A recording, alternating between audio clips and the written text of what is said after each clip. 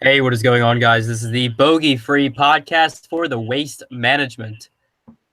We can't even talk right now. Today we have your host, Evan Cheney, Jimmy, Matt, and we have a special guest today, Moose. Hey, what's How you happening? doing, Moose? Doing great. How are you guys doing? Looking forward to rejoining you guys. I'm dying over here, as you guys heard. Yeah, jeez. Oh yeah, no, the flu is.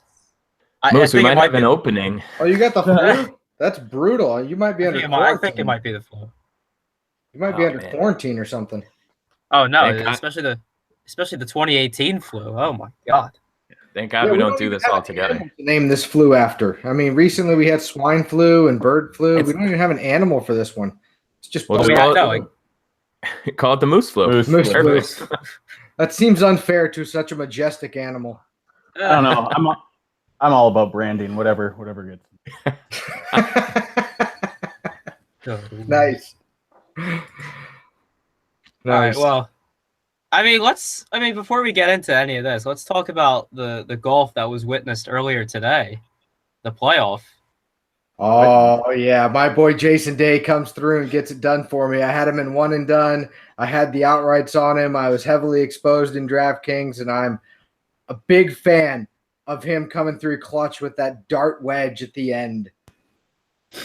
That was just the weirdest thing. You got a three-way playoff, and then it goes into the next day. It was nuts.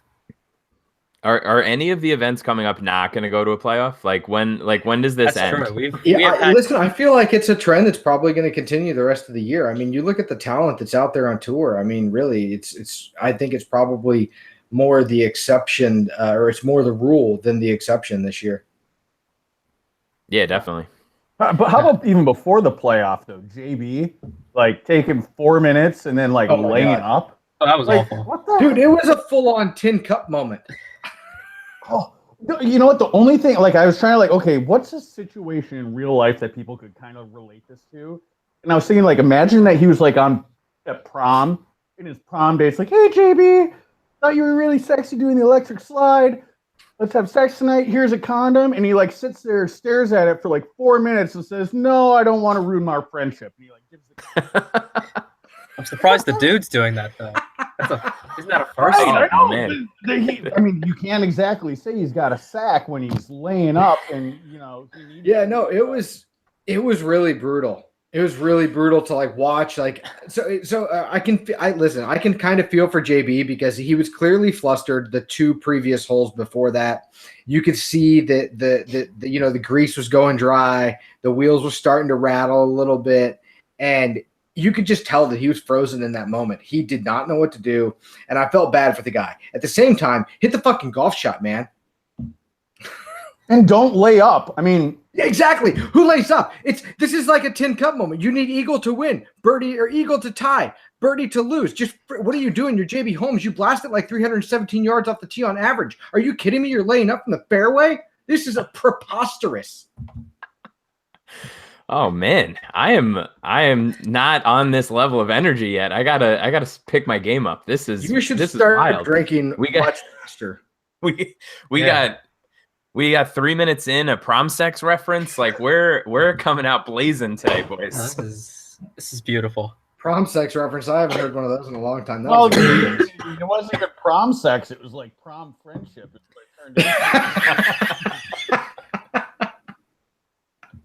Oh, spectacular. All right. Well, obviously, we got the Rare Monday golf treat, which was kind of nice, but I'm ready, and I'm ready to dive into Phoenix. Yeah. Real quick before we get there, just shout out Duke JSH1. He took down the listener league. Nice. With a pretty decent lineup, put up almost 450 this week. So congrats to him. And of course, Roger Casey was second because he just loves taking bogey-free money all the time. Also, shout out to the listeners for filling up the podcast listener league before I could even get into it, which was, it's a first. Yeah, I shaved a couple entries off from last week because I got a little too nervous on Thursday morning. 2 weeks okay. ago. I missed the podcast last week, and I went to go enter it the next day, and it said it was full. I was like, "Are you kidding me? It's full." Hey, way to go! There we go. very DraftKings-esque move to undersize your contest. Yeah, no kidding, right? But Anyway. I digress. All right. So yeah, we do have the waste management this week. Moose, I'll throw it to you first. What stats are you looking for? You know, how are you creating your player pool this week in terms of course fit? Well, so it's funny. Lately, I've been so busy working on Fantasy National. I haven't even started looking at my lineups till normally about Wednesday. But I started digging a little Can bit. I interrupt you? Hang on. Yeah. Hang on. I have to interrupt you. Shout out to Fantasy National and the beta simulator with Jason Day at 9.8% last week to win this golf tournament out of 1,000 times. I rode that baby all the way to the win. So Fantasy National gets the shout out there. The simulator's crushing it.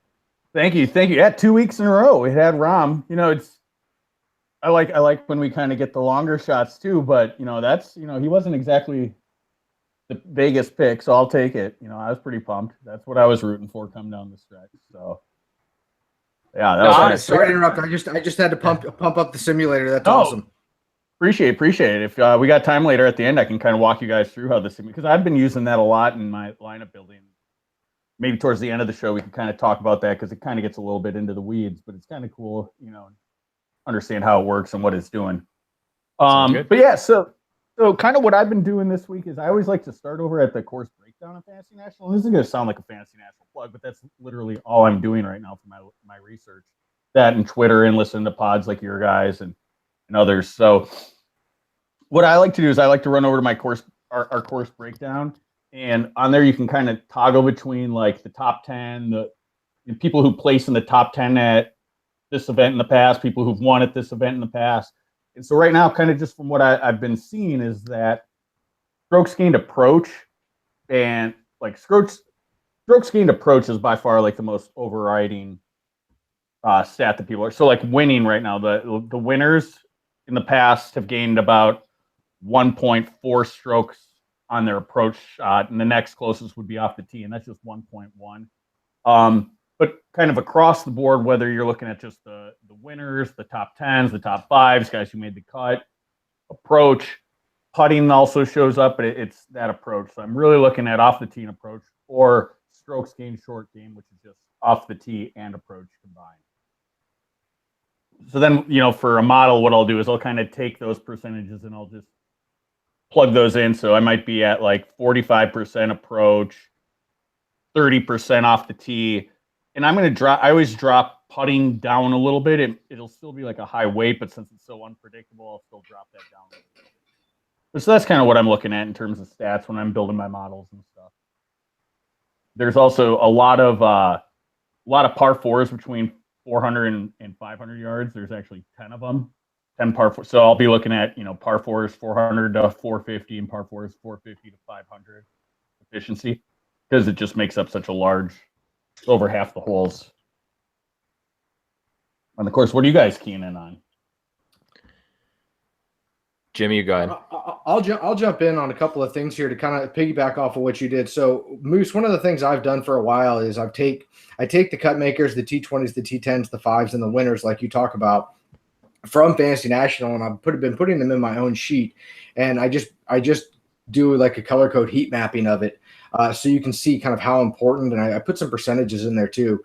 And if you follow me on Twitter at DFS Jimmy, I put these up every week. This is the first week I put up some of the stuff from Fantasy National. I always put up my own detailed like attack scorecard and the breakdown of the holes and how they break down in DraftKings scoring.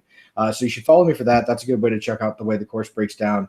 And I usually follow the way the scoring breaks down for the holes to kind of see what we should focus in on. And this week it's par 5s for sure. They account for like 30% of the DraftKings points. There's only 3 of them.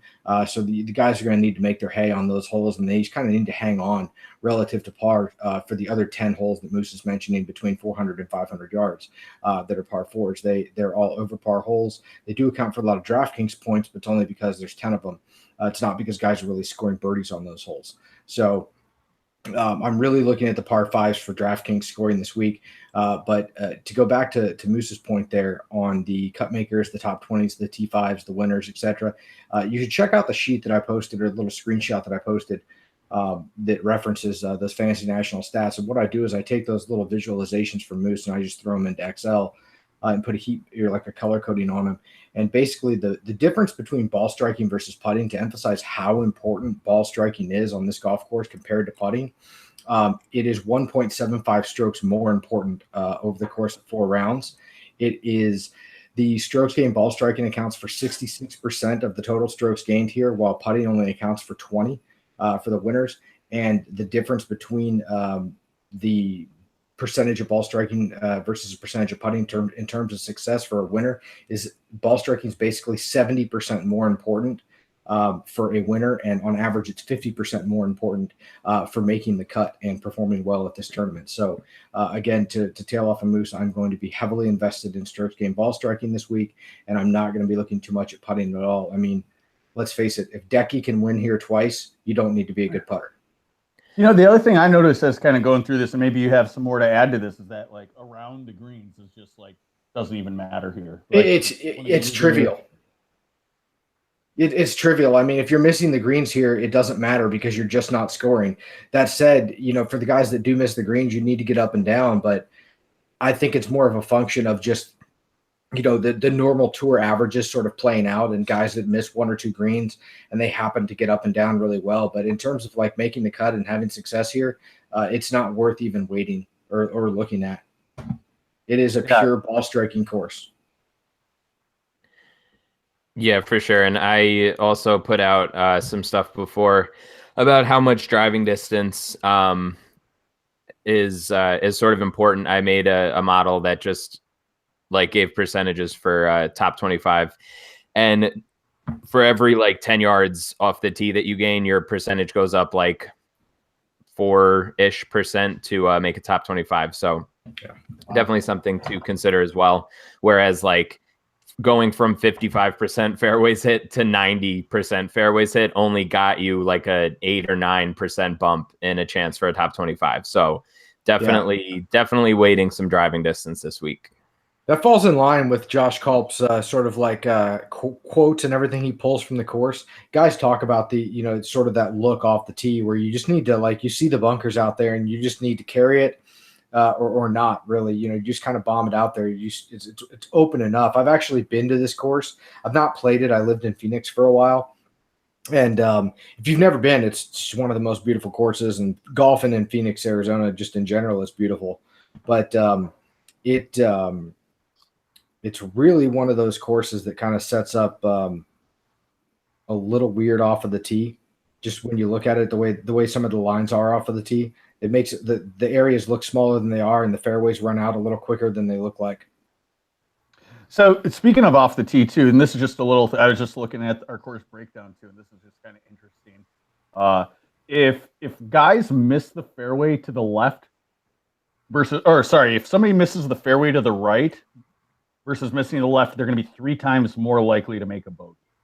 So I think that's a correct statement. So they're around. It is. If you miss to the right. Yeah. Yeah. So I actually really like that breakdown on Fantasy National of the missed fairways and how important they are. I don't ever like publish it, but I always kind of like factor that in. I make a little note on my sheet every week. And this week, a missed fairway basically is 1/10 of a stroke per round. 1/10 of a stroke per missed fairway. So on tour average is like 65 to 70% fairways hit. So that's basically 4 fairways missed a round. So that's 4/10 of a stroke per round, which is almost a half a stroke. Over 4 rounds is like 2 strokes for tour average. So I mean, hitting, while distance is important, I do think that a lot of it comes into a total driving factor where you have to have the distance, but you have to be on that week as well, because we see guys like Tony Finau not do very well here. So I don't think it's purely distance. I think it's more of a total driving aspect where you need to be long and straight. And I think that's exemplified in the players that do well here with, guys like Decky and Webb Simpson, Ricky Fowler, all decently long drivers above tour average, but they also hit above average fairways, for the tour. Yeah. And so, and I guess just dovetailing on that, if you really want to dive deep in the woods, you might want to try looking for guys that have that rank well in drive left avoidance or drive right avoidance, just because apparently it's better if you miss left here. So guys who either typically miss, guys who miss left is better than guys who tend to miss right for whatever reason. Interesting. Yeah. All right, so that was great, guys.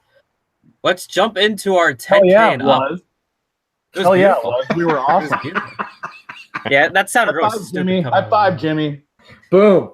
Boom. Okay, there we go. That sounded really stupid coming out of my mouth, but yeah, we'll get we'll get to our 10K and up, guys. So yeah, Matt, I'll go to you first. So the Matsuyama to Justin Thomas range. What are you liking here? I mean, again, this is like picking between my children, honestly. Like, these 5 guys are some of my favorites, other than Hideki, which scares the shit out of me because obviously, last 4 years, no worse than a 4th place finish. I think that sounds right, somewhere in that range. Yeah. So I mean, that's something that you can't avoid. He's going to be wildly owned, I would imagine. Just looking at, it's early, but looking at fan share, he's definitely already sort of lapping the field a bit. Outside of that, I mean, God, I really have to see how I think ownership's going to shake out. I'm hoping that Fowler goes a little bit under-owned because I think he's one of those guys. I think I tweeted it today.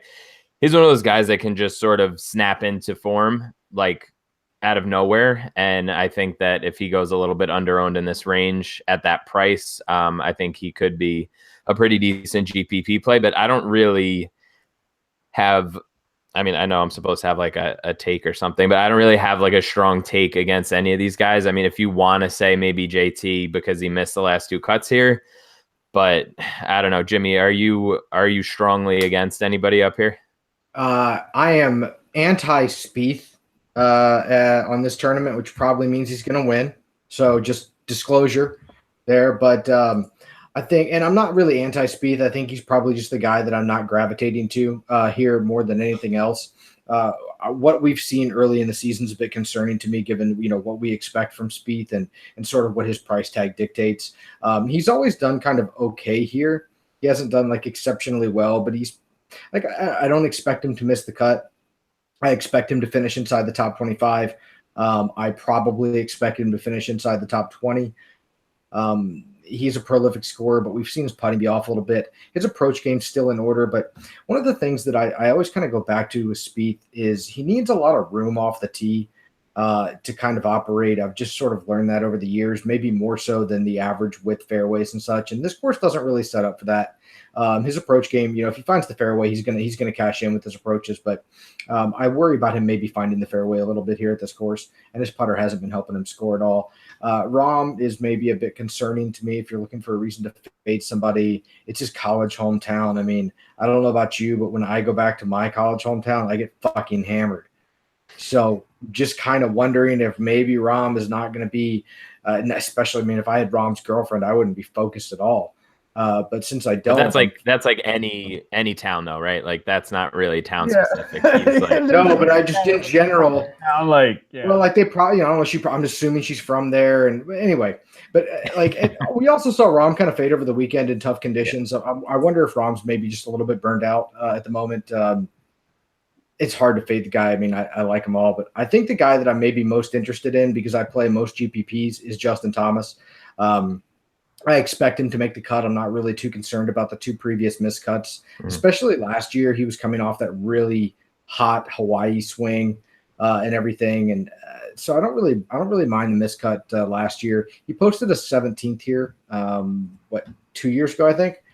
So his strokes gained approach kind of peaked back up at Sony, and as he kind of rounded into a better finish than we would have expected probably on Saturday night or Saturday afternoon. So I kind of like Justin Thomas at probably the lowest ownership of this group and probably the most upside in terms of DraftKings points scored. Otherwise, it's Decky. So top or bottom of this range is probably where I'll go. Ricky's interesting to me, but I'll probably focus on Decky and JT. How about you, Moose? Well, I wanted to ask him a little bit more about Spieth because Spieth, I've got him playing here twice before, and he's got a 9th and a 7th, and he's in better form now going in than he has been in either of those other 2 So that would just be my one thing. And by the way, the simulator picked him to win. I know. It really bothers me the simulator likes Spieth as much as it does. Yep. So. And for what it's worth, the model that I referenced before with top 25 that I built for the last 3 rounds, or the last 3 events, he ranks first, and a little bit longer term, last 8 rounds, or last 8 events rather, he ranks second in that model. So fine. You know what? Spieth is going to win the golf tournament. That's fine. Listen, I am biased. I'm not a huge fan of Spieth. He shouldn't have won the British last year with that garbage from the driving range. I'm just not a fan, and I want to find a reason not to like him. Okay. No, that's fine. Yeah, it's just you were talking about worried about. You're 100% right though, and it was a biased answer that I gave, and it is accurate to point out that he's probably the best play on this board. And to be fair, also if you have a strong take in a GPP, just take a stand and go after it, because random shit happens all the time. It's golf, so it's definitely in the range of possibilities where he just ejects on Friday and everybody's left holding the bag. So just you're also not going to win a GPP by picking Jordan Spieth, right? So probably. I mean, you can have him on your lineup, but you're going to need something else somewhere along the way there. That's all I'm saying. Exactly. Yeah. Oh yeah. That's not going to be your key. You're like, oh, yep, Jordan's on my lineup. We're good. So aside from Spieth, Moose, what else are you thinking up there? Are you on Thomas at all? Or are you more on Fowler, thinking he's going to bounce back? Well, so he likes this event. Well, Thomas is by far the lowest owned so far as Fantasy National has it projected. We have him sub 15%, where everybody else is, in this, 5-digit range is significantly more. I'm going to play all 5 of them.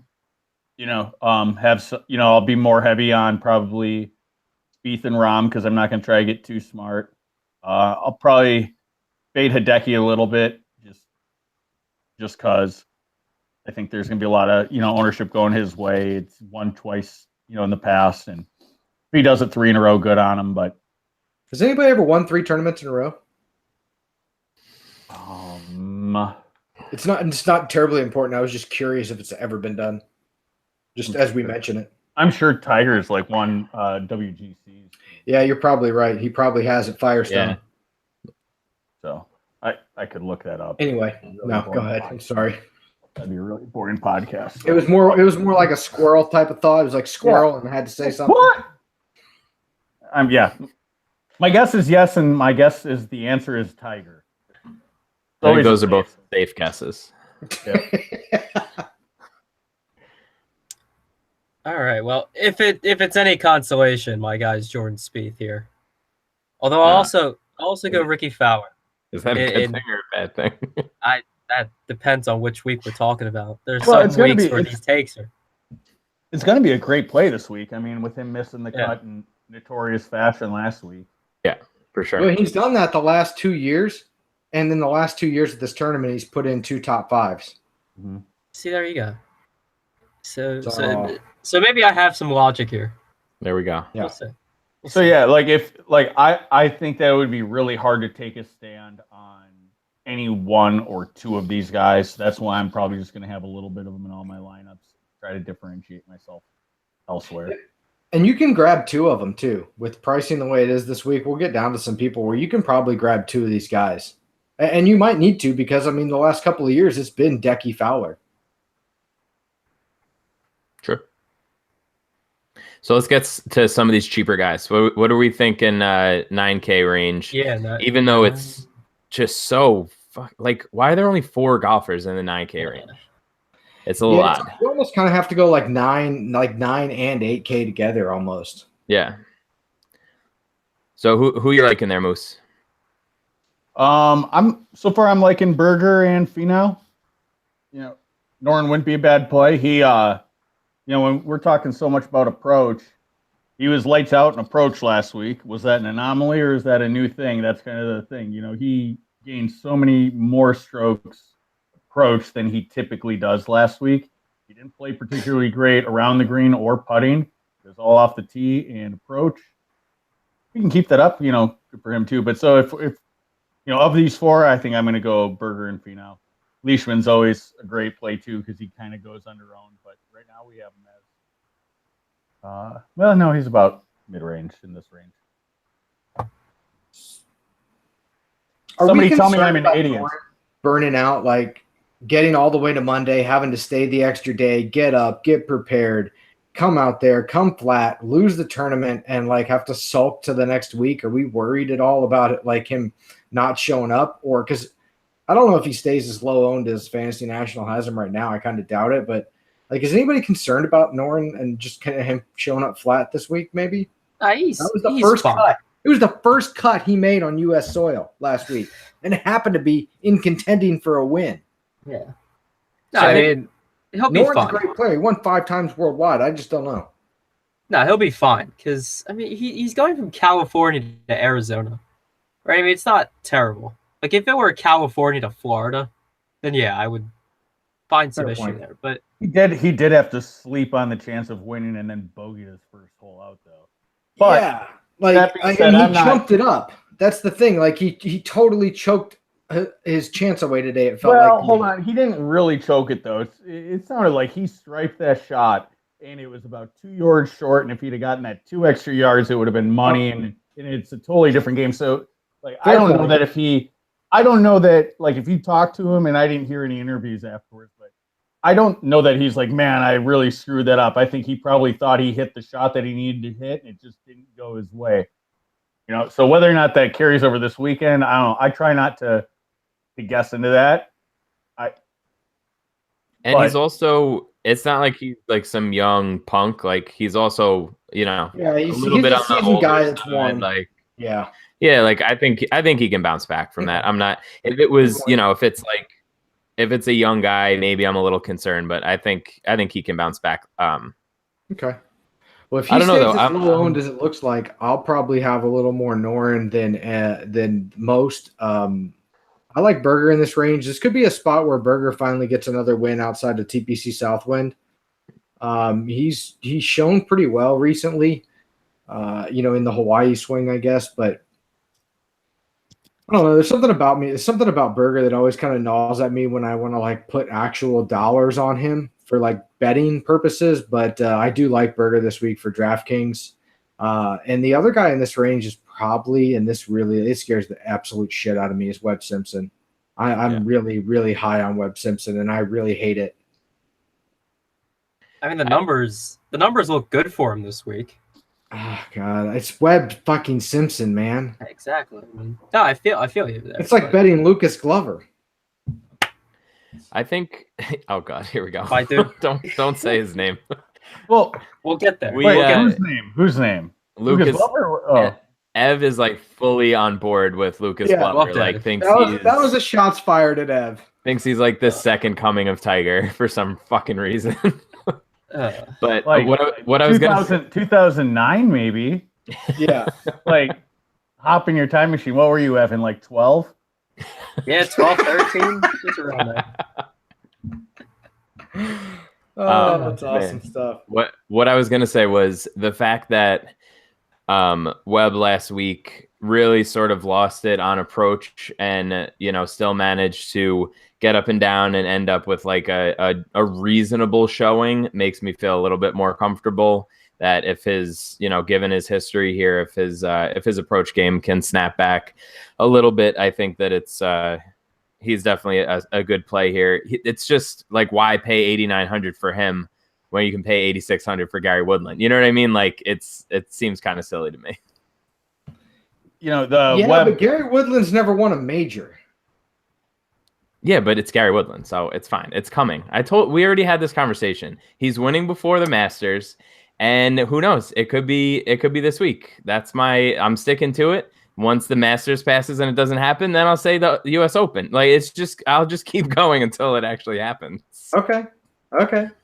He actually, all jokes aside, he really did. I don't know if I just like build models that like favor him somehow, like subconsciously, but for my last 24 rounds model on Fantasy National right now, he's 8th, like in the custom one that I put together. So how high do you have driving distance weighted? 15. Oh, there's part of your problem. Well, not a Nope. problem, but that would be why he shows up. No, but that's what I'm saying. That's the reason he shows up fairly highly is because he's up there in that. So I mean- just real quick, I wanted to. Wait, you can't take shots at Gary and then just move on. Hang on. I wrote up Gary. That I was so love nonchalant. His Oh, wait, he wrote up just Gary. did I that. love Gary. There's nothing wrong with Gary.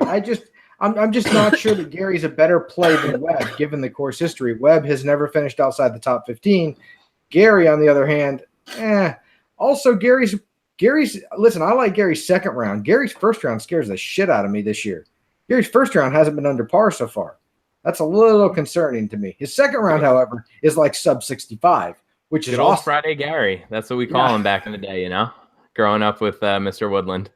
So I just went and took Webb Simpson to see how much better he's actually putting. I just took all of 2018's strokes gained putting for Webb. He is plus 2.95.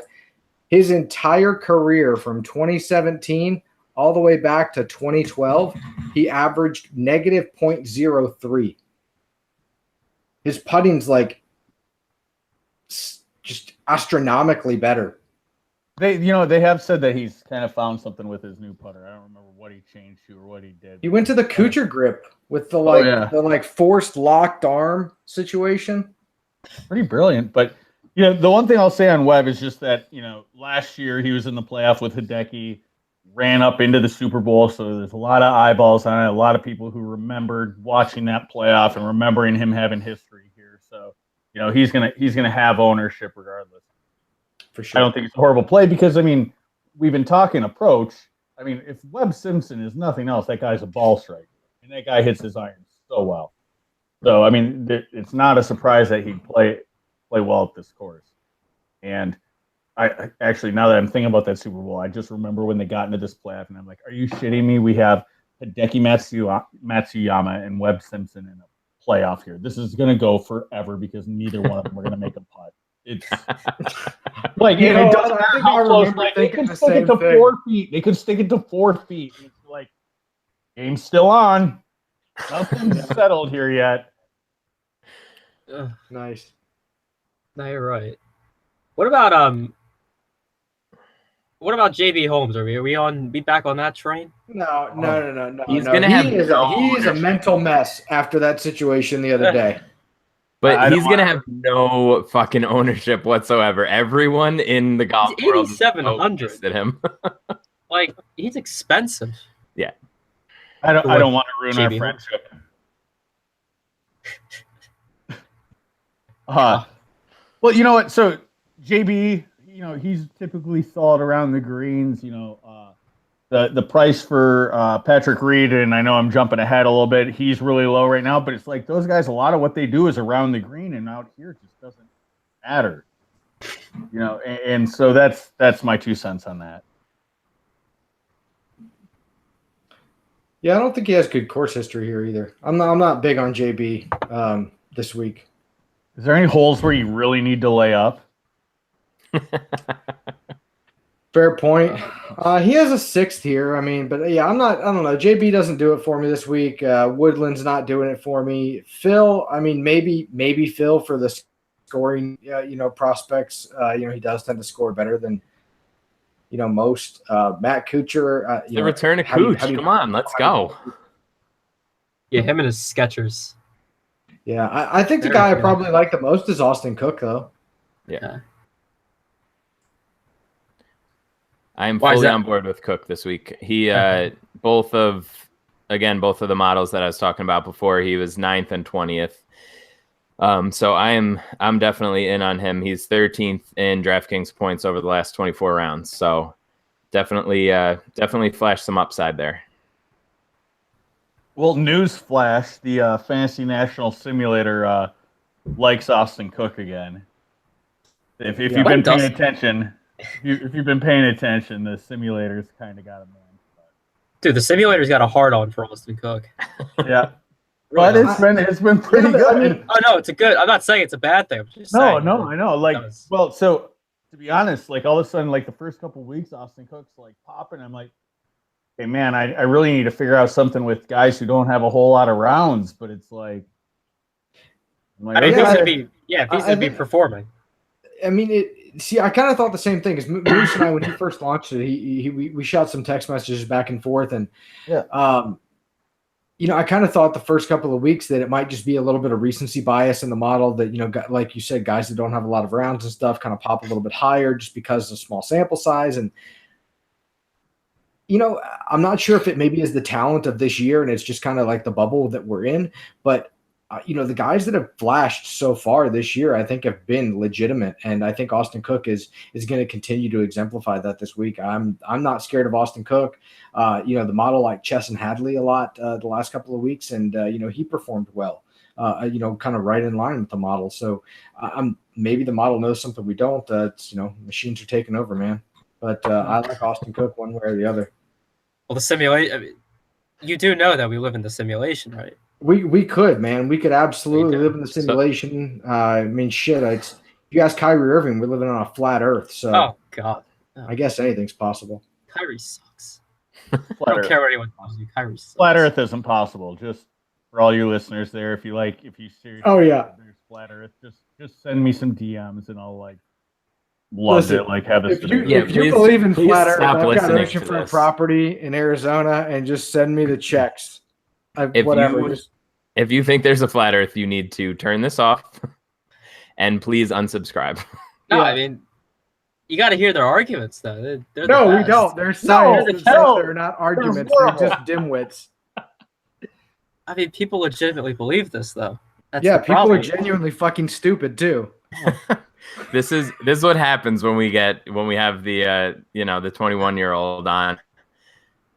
We've evolved. Moving on from the flat earthers and from Austin Cook, I do like Ryan Moore below him as well. I haven't even dished out the real conspiracies yet. Just wait. Oh god. Oh my god. Well, I had the one last week. Didn't really work out because Tiger made the cut. Yeah. And I ended up not playing the Pro Bowl slate of showdown contests. Ugh. Just losing money all over the place. That is true. That is very true. All right. Well, of course, there's other golfers playing this weekend, and we'll get to our 75 and up guys. So like Ryan Palmer, Lowry, Steele. How you guys feeling about this range? I like Palmer a lot.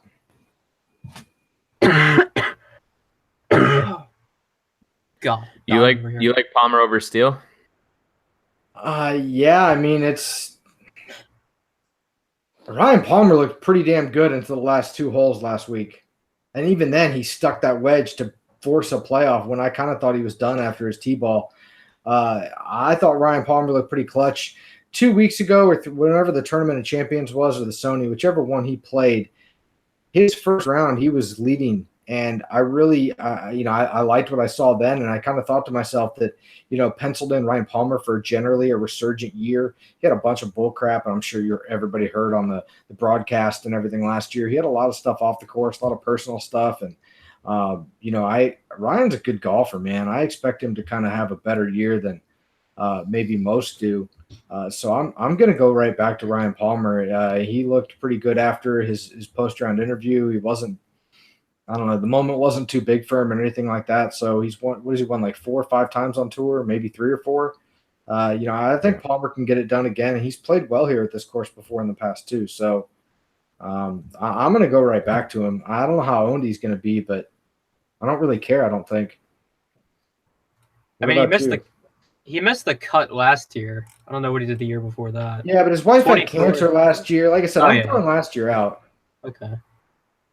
Yeah, I was looking that up. All right. Yeah, right. I mean, except for 2017, yeah, he does have really good course history here. So, I mean. Yeah, I think I'm sticking with Steele. Can't fault you.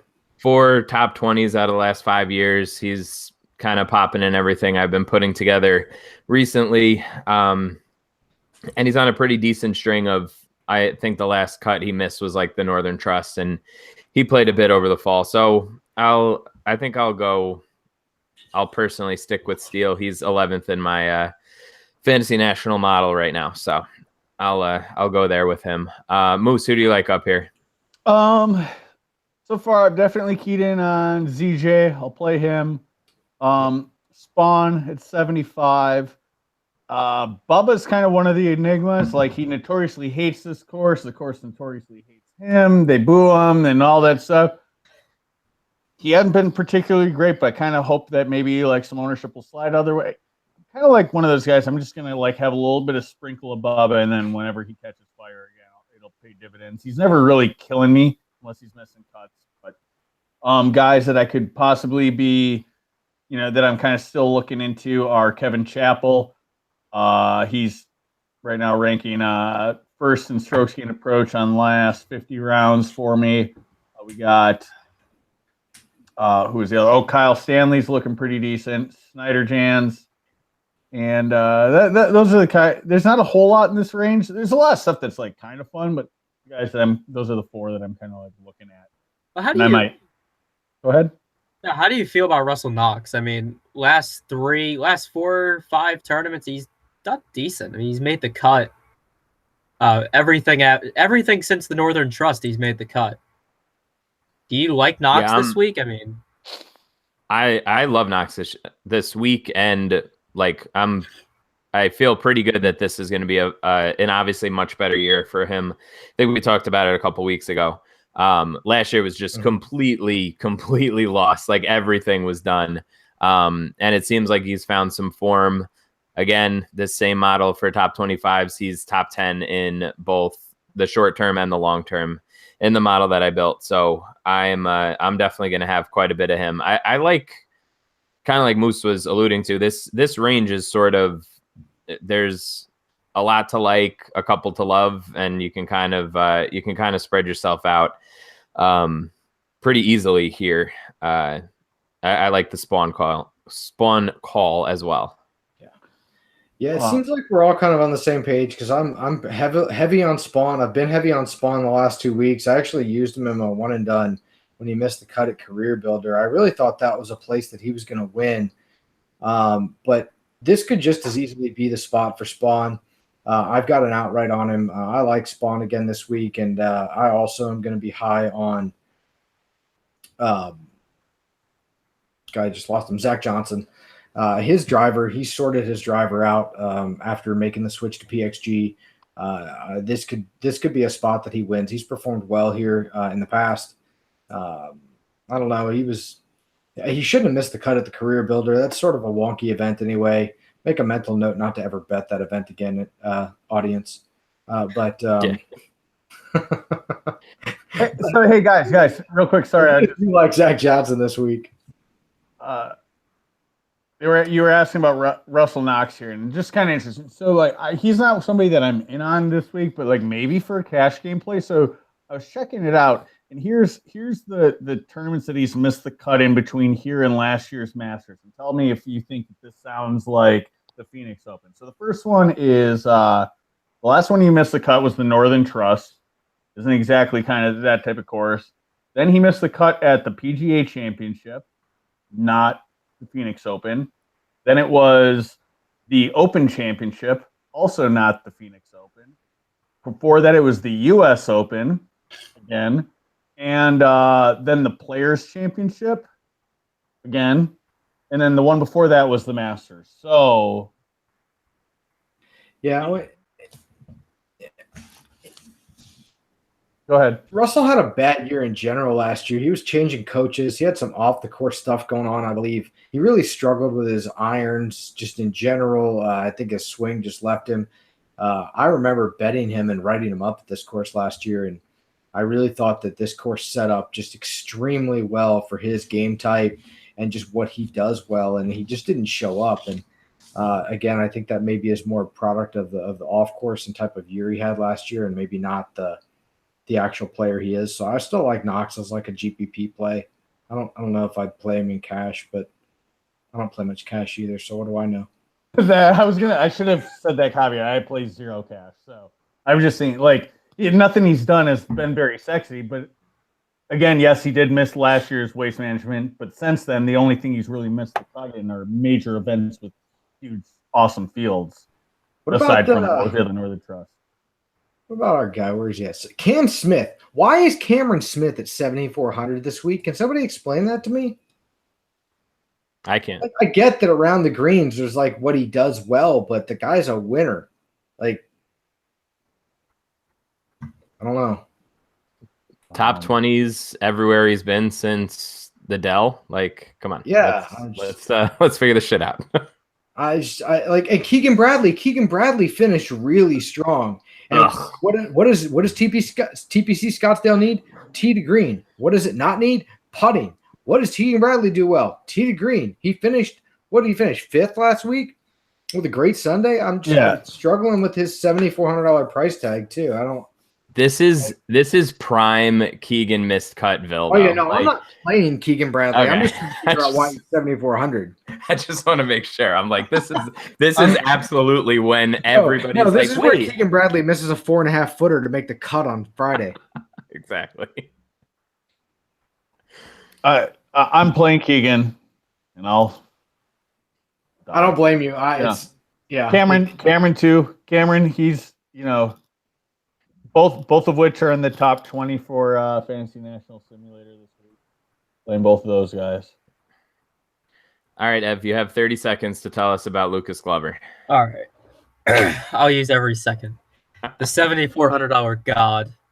I know he hasn't done much recently, right? Because if we go into his recent stuff, I mean, 50th at WGC, HSB, the Career Builder 29th, 67th at the Farmers. But I don't know. I normally just have a good feeling on him good feeling on him anyway. Oh, if you've got a good feeling on him, I'm in. So the cough in the middle really instilled the confidence too. Yeah. Well, I might be dead by Thursday, so it might not matter. I mean, Glover's his numbers are so solid though. I mean, like I've got him off the tee 2nd, approach 8th, last 50 rounds right now. Around the green 26, blah blah blah. 83rd putting, but again, who cares? Yeah, the putting is not important here, so it's like everything else just matches up beautifully.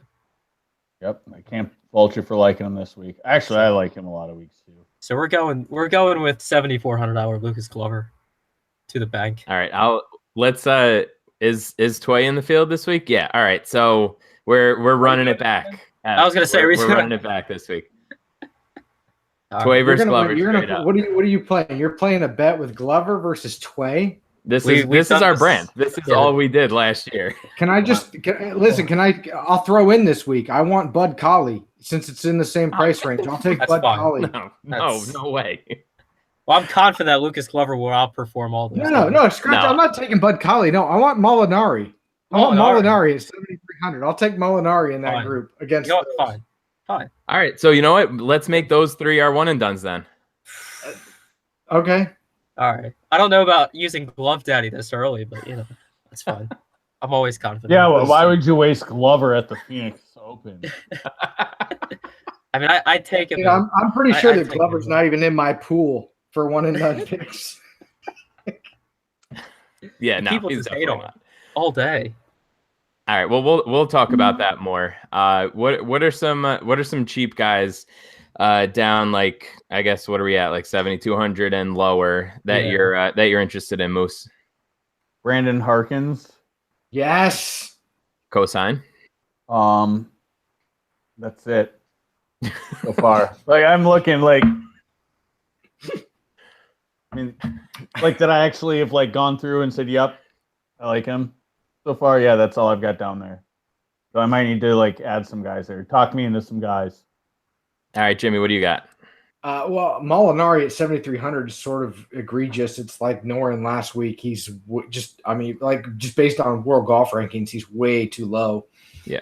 If you're a Luke List lover, I don't know if it gets any better than this week. I'm not personally like a Luke List lover, but I'm sure Pat Mayo has already bet him outright to win.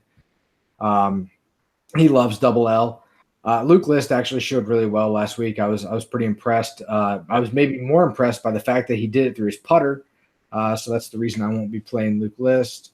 Andrew Landry is interesting to me. A guy that we've seen play really well on a couple of tough golf courses. He's contended, been in some big moments, big situations. Andrew believes in his driver. He thinks it is his most potent weapon in a difficult driving golf course like this. And he's long enough to kind of make up the difference. I think that he could go well. Jason Kokrak rated well for me in a couple of models. Yeah. Bo Hostler has played well here. No, actually, is it played well here? Was it him? I think it was Bo. No, John Peterson played as an amateur really well here, but Bo Hostler has been playing better than people give him credit for lately. His T20, his T28 Career Builder was a bit surprising to me, but the guy's really talented. I think that if you're taking a flyer, the West Coast is a place to take a flyer on him. Julian Surrey from last week, bomber, American kid, plays on the European Tour, might get a little ownership. Robert Garrigus, it's his home course. Jesus, leave some for me, Jimmy. Fuck, I thought I was saying you're just gonna name everyone else here. Oh well, then stop me. I don't know. You said name some guys. Talk into. I'm just going. No, I was fully. I left you Kevin Na. There's Kevin Na. No, we already said it. So. I was fully expecting like backlash for saying Kokrak and Garrigus, and now I'm like, shit. Maybe this is maybe we're linking up now, Jimmy. We got the beards going, we got the earbuds going, and everything's just working out. All you need is the fire. It's all happening right now. It's all happening. Outside of that, I think I don't know. Is anybody else confused about 6,900 for Hadley? Like, yeah, it's the same thing as last week. I'm in on him. 6,900 right? for him. I'm in on that. Yeah. But I feel like this is what always happens. Like, and this is something I think if you go back to any episode, I always say this, but like, there's always 2 or 3 guys at 6,900 or 6,800 that I really like for whatever reason. And Hadley's definitely there this week. I know that my boy Peter Uline missed the cut last week, but he played well at the Career Builder, so I'm gonna just focus on that and ignore everything else. Because hey, for what it's worth, on Peter Uline, I saw Baudo the other day. I had lunch with him, and he said that kid Peter Uline, he's legit. So you've got the GOAT's endorsement, Baudo's endorsement on Peter Uline to keep playing him. Perfect. He's gonna win on tour at some point. And if patterns mean anything, he's definitely gonna make the cut. He likes to alter. The pattern narrative. if that's truly what we're going over there. What's your guys think? Oh, go ahead. Sorry. No, sorry. I was just gonna say I just need to keep pumping it out there because Thursday I felt like a genius and Friday I felt like a dumbass, but I am going to continue to just put Sang Moon Bae in one lineup so that I am always ready for his breakout. Just one lineup out of the 20 that I'll build, but every week I will have him, and he's literally dead minimum this week. So, I mean, just make the cut and make me happy, Sung Moon. Just one time. That's all I need. I mean, you guys are missing the greatest narrative play of the week. Oh boy, what do you got? Ian Poulter? No. I don't know. Oh, we have DA points at 7,100. Do you know why he's the narrative this week? I don't. 3 hours ago, he posted a tweet that has a screenshot of an $8.87 bet on himself to win. They're gonna kick him off the tour. And that bet also is a parlay with Alexander Levy winning the Maybank.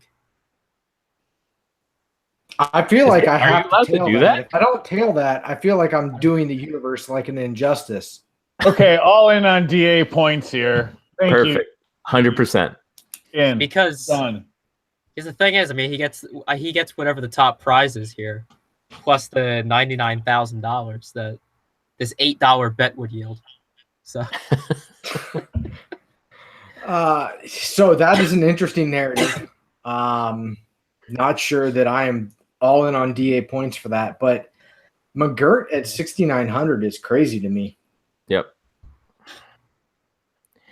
All right. And Party Marty is there as well. Just throwing that out there. Here's an interesting one for you. What about Kevin Streelman, 68? That is an interesting one. Because that's definitely way under. So Actually, so while we're down here just talking about this, so I've got a strategy this year that I'm just going to kind of employ, and I'm kind of taking off of Sahil Sud and Jet Black and some of the other big time players that I noticed the last couple of years have done this sort of consistently, not every week, but quite a lot. Is like a 68 to 72 to $6,800 guy. Instead of spreading it out between all these guys that we mentioned, they just go like 70 to 100% on one of them, just live or die by one. And I did that last week with Griot, and I had a really good week just in general. But Griot cashed for me, and once he made it through the cut, like every other one of my players was, it seemed like, through the cut, sans Ricky Fowler, right? So I don't know. What are your thoughts on spreading it out down here, or just really concentrating on like one or two guys and just living like your entire GPP bankroll week to week by that one value guy? I have a theory on this. So I think that when you have a guy in that range that you're confident in and that you find that you're like, yep, this is like a silly, like it's a pricing error or something like that, yes, go heavy on that guy in that sense. If it's a bunch of guys like that, you're just like, you know what I mean? That's when you kind of want to spread that out and try to, hopefully one of those guys are lower. But because you're absolutely right. Like I remember 2 years ago, I was having like Smiley Kaufman could be like, like he'd be down in like the 6,800, and it'd just be like, this is when Smiley Kaufman was smiling and happy and good. And, I just load up on him, and it's like, I've taken so much salary off there. Yeah. That it makes sense, but so there's also a reason that, you know what I mean? But it's just if you can handle that swing, like in knowing that your week's tied to this 68 guy, then do it. If you can feel confident doing it, then absolutely it's the best play in the world. But if you're worried, if you're not certain and you're comfortable with, yep, got that wrong. I feel like I'm just going to take that step, because if I'm going to pick a winner's coming from the top 2/3 of the price range, or top third of the price range, right? They're coming from, the 8,000 and up theoretically. So if I can load up on those and just take one guy at the bottom and not have to worry about distribution, I just feel like I'm enhancing my odds for like an overall optimal points across my total entries. Yeah. I mean, I agree with that. I think I did that last week. I've been sort of talking myself into doing that and ended up on fucking Stewart Sink for like 50% of my lineup. So it's like, that's just biased for you. That's okay. It's not bad process. That's you doing like, karma and the universe the right thing. All right. Because Stewart Sink's your guy. That's your brand. I know, but I was so mad. Whatever. And I think he had a good Thursday too, right? And he kind of lost it on Friday, if I'm not mistaken. Yeah. So just one of those things where I 100% agree with you, because if you land on a guy that's like 7,100 that you're totally confident in, like Moose said, like absolutely get after it. And if he makes it, or 6,900, they make it, like forget it. You're way in the green. So I'm fully on board with that. Because the guy doesn't have to win; he just needs to make the cut. Now, if the guy's in the top 10, you're like killing it. Right. If he, exactly. So there's, it's just a matter of how much you want to stake your week on it. Yeah. Exactly. JB Holmes, he'd spread it out to about 20 guys. He's a pussy. Nice. So the last guy I'll mention all the way at the bottom, and I mentioned him a few weeks ago, and I'm going to do it again because I think Big Gravy is making a comeback this year. Colt Knost. This course sets up well for him. He's played well here in the past, and if you're totally stars and scrubs in it, you could stack Sangmoon Bay with Colt Knost and go back up top and grab you some, Spieth and Rahm or something, and totally degen out a lineup. I can guarantee that this is the only podcast that would advocate Colt Knost. Listen, I'll make an Avi bet that Colt Knost posts a top 25. I can just see the guys over at Fanshare Sports right now, like double checking their. It's like, are you sure that they mentioned Colt Knost 6 times on that podcast? Wait, what? Is there a fault in our algorithm? I know Andrew's freaking out right now. We are all of the Colt Knost mentioned. Oh, that's awesome. Colt Listen, knows. big gravy. Everybody, Big Colt gravy knows. is right down the middle. Colt knows. Decent approach game, decent putter. If you're down here and you're Sangmoon baying it up, grab you a little Colt Nost. Feel good about it. I think Such there's no better way than that to end this. Let's hit some one and dones and just leave everybody with that, because that was ideal. Okay. I'm going I'll, Hideki. So this is the first time I've been prepared. I'll Okay. go Glover. Oh my God. I'm sticking to what I said before. Is that legitimate? That is legit. I will log in right now and lock that in. Okay. Moose? Oh my God. Well, since I don't really have to submit this for my one and done, I'm going to stick with my simulator and go Jordan Speed. Okay. Playing it safe. Okay. I like it. It's down to me. So first, before we get too far, I'm going to read off where we are in our standings, since I'm pulling that up right now. Oh, I We like We this. are Evan. Oh man, we have a change of fortune since last week. Evan Chaney leading with. Did you just dab on the podcast? I did. Was that a dab? That was a dab. He's in a fever haze right now. He doesn't know what the He's hell's doing the going wrong on. kind of. Listen, I don't know if Moose is with me or not, but Evan's doing the wrong kind of dabbing. That's But true. anyway, exactly. Evan knows the dabbing I'm talking about. So Evan Chaney, 630,000, Matt 505, and me DFS Jimmy 493, bringing up the rear in our one and done. That was- free. It's like a 360 right there. Damn, yeah, I think I was last. In All the right. interest of not picking the same person that you guys are picking and gaining points, I'm going to go with Justin Thomas as the black sheep of the group. Nice. I like it. All right, All right, fellas. That's it. All right. Yeah, this has been the Bogey Free Podcast. Make sure to subscribe to the podcast on iTunes, Bogey Free. Make sure to subscribe to our YouTube channel. That is also Bogey Free. And of course, if we're not winning all the money this week, we hope you guys do. So good luck in your contest this week. Thanks, Moose. See you. Yeah. Thanks, guys.